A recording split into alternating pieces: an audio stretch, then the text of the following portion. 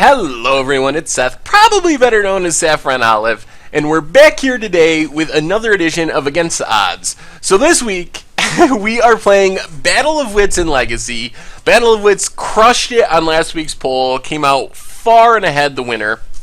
So that's what we're working with, and I have to say, the most challenging part of Battle of Wits, and Battle of Wits is challenging in and of itself, is trying to figure out how to make a deck tag for Battle of Wits. Battle of Wits is, okay, it's a card, 5-mana enchantment. At the beginning of your upkeep, if you have 200 or more cards in your library, you win the game. Plain and simple. So obviously, to win with Battle of Wits, unless you're doing something wacky with Opalescence or something, you need to play a deck that has somewhere in the neighborhood of 240, 250 cards, and then try to find Battle of Wits. Well, I'm not going to take and make slides for 240 different cards. We would have a deck tag that would be like 3 hours long.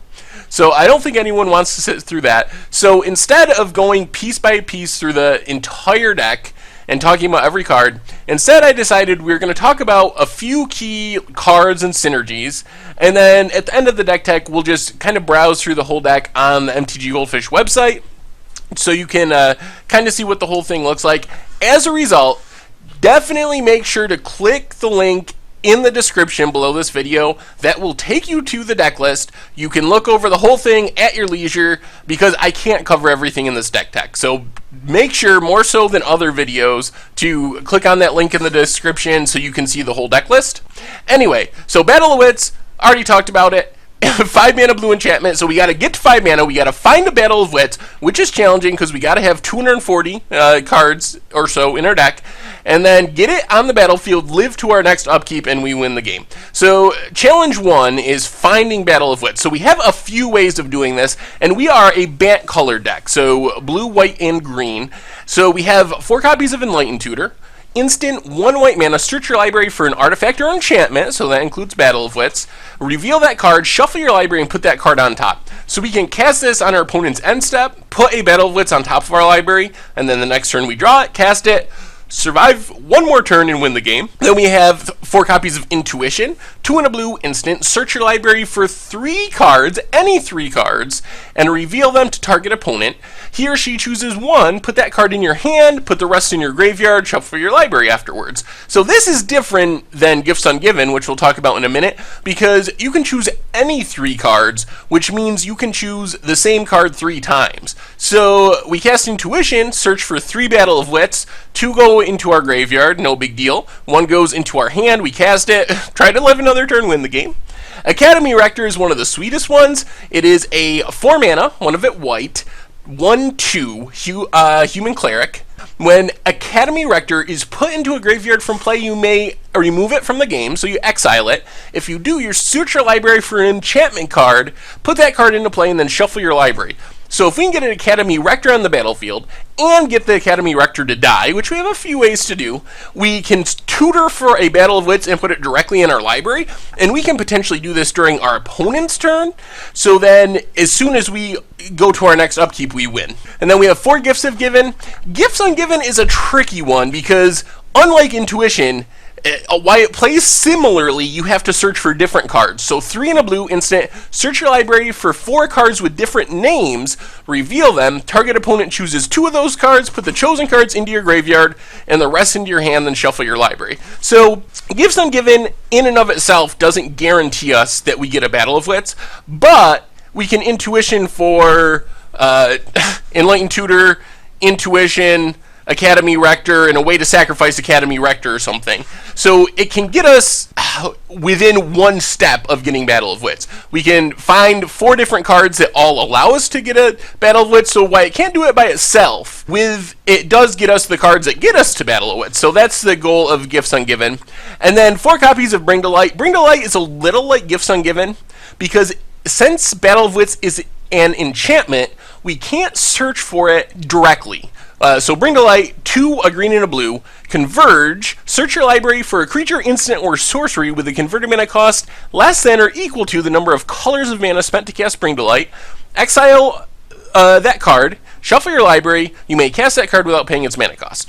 So We do have some mana dorks in our deck which produce mana of any color, so we can usually bring to light for full value. But again, it can't just search for a Battle of Wits and put it on the battlefield. We have to search for the Academy Rector, put it on the battlefield, and use the Academy Rector to find Battle of Wits. Or search for the Enlightened Tutor, use an Enlightened Tutor to find the Battle of Wits, then cast the Battle of Wits, and so forth. So it, like Gifts Ungiven, it finds us the cards that can find us Battle of Wits, but it can't find us Battle of Wits directly. So those are ways of finding Battle of Wits. Then we also have some sweet second level ways, kind of like the Bring to Light and so forth. We have 4 copies of Birthing Pod. We have a ton of creatures in our deck. We can go up the chain all the way to Elish Norn at 7, Sun Titan and Wormcoil at 6. So we have a ton of creatures, but Birthing Pod, we can sack a 3-drop, find an Academy Rector, which is why Academy Rector's on this slide. Then, the next turn, we sack the Academy Rector to the Birthing Pod to get the Battle of Wits and a 5-drop, but mostly the Battle of Wits, and win the game that way. And then we have 4 Court of Callings, which not only works with Birthing Pod because it can help us find creatures of various converted mana costs, but that can get an Academy Rector directly, and it's an instant, so we can Court of Calling while our opponent is attacking us, use the Academy Rector to block. When it dies, we get the Battle of Wits. When we go to our next upkeep, after our opponent's turn, we win the game. So Court of Calling finds Academy Rector, or any of these other creatures. It can get an Eternal Witness to get a Battle of Wits back from the graveyard. Can get a Snapcaster to flash back an Enlightened Tutor. So there's a bunch of tricky things we can do to use Court of Calling to put together Battle of Wits. Then, of course, we have a million 1-drops, and this is kind of part 2 of Battle of Wits. While finding it is a big challenge because our deck is 240 cards, so we don't find one all that consistently without some help. We also need to get to 5 mana to cast it, and getting to 5 mana to cast it is a challenge in Legacy. There are decks in Legacy that kill you on turn 1 or turn 2. Not that consistently like Vintage, but it does happen. It's a fast format, so it's not like we can just land go, land go, land go, land go, turn 5, cast a Battle of Wits, expect to untap and win the game. That's not how it works in Legacy. So we have a ton of these 1-drops that can produce mana to help ramp us into our Battle of Wits, or our cards that can find Battle of Wits quicker, which is really important in Legacy, so that's why I made a slide for those. Then we have a couple of Plan Bs. Since we have 240 cards, and only 4 of those are Battle of Wits, we need ways to win the game when we don't have a Battle of Wits. So we have a Stoneforge equipment package, 4 Stoneforge Mystics, 1 in a white, you get a 1/2. When it enters the battlefield, you tutor for an equipment, put it in your hand. Then you can pay 1 in a white, tap it, put the equipment on the battlefield.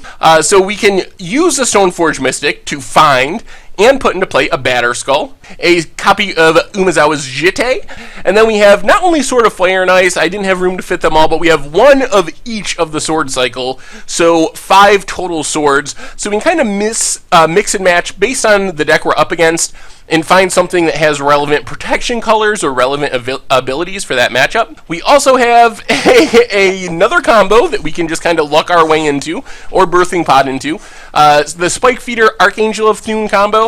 So Spike Feeder, 3 mana, 0/0, enters the battlefield with 2 +1/+1 counters. You can remove a +1/+1 counter from Spike Feeder, put it on another creature, or you can remove a +1/+1 counter from Spike Feeder to gain 2 life. That's an important ability. Remove a +1/+1 counter from Spike Feeder, gain 2 life. Archangel of Thune, 5 mana, 3/4, flying lifelink. Whenever you gain life, put a +1/+1 counter on each creature you control. So you can remove that with both on the battlefield. You can remove the counter from Spike Feeder, which triggers Archangel of Thune's. Whenever you gain life, put a +1/+1 counter on each creature you control, which puts a counter back on Spike Feeder. So you can immediately remove that counter to put another counter on it and gain 2 life. So essentially, with these 2 on the battlefield, you get infinite life and your creatures get infinite power and toughness. So that's another way we can randomly win the game. Anyway, that is the main synergies of the deck. So I have no idea how this is going to work. I know one thing for sure, it'll be very inconsistent just because the deck size is so big. We are essentially playing 4 normal 60-card decks mashed together into one. That is what Battle of Wits requires us to do. So the challenge is being consistent, so I expect some clunkiness and inconsistency. It's probably going to play a lot like a Commander deck almost, just because the deck's so big. Even cards we have 4 of in our deck, the likelihood of drawing one is almost the same as a commander deck. It's a better than a commander deck, but it feels somewhat like that, and our one-ofs are even more rare than they would be in a commander deck, so it's going to have a lot of variance to it, which is good and bad. The good news is we get to play a lot of cool cards. The bad news is it's going to be hard to win. Like, when that's the idea of competitive constructed Magic. You want to maximize the number of the best cards you have. So you want to be playing 4 of your most powerful spells. We don't really get the option to do that, and even when we do play 4 of something like Battle of Wits, it's not really the same as being a 4 of in a 60 card deck. So that is our Battle of Wits deck. Like I said, I don't know how it's going to work. It should be interesting. It's got a lot of fun stuff going on. Make sure to check out the link in the description to look over the deck list. Anyway, make sure to check out the website, mtggoldfish.com. Decks, prices, metagame, strategy, pretty much anything and everything you could want related to Magic the Gathering. That's where you'll find the voting or the poll for the next Against the Odds, so make sure to check that out. And if you enjoyed the video, make sure to click the like button and the subscribe button that's about to pop up on the bottom of your screen. It will keep you up to date on all the latest and greatest in video content from mtggoldfish.com. Anyway, thank you all for watching. I hope you enjoy our Battle of Wits in Legacy videos, and I will talk to you soon.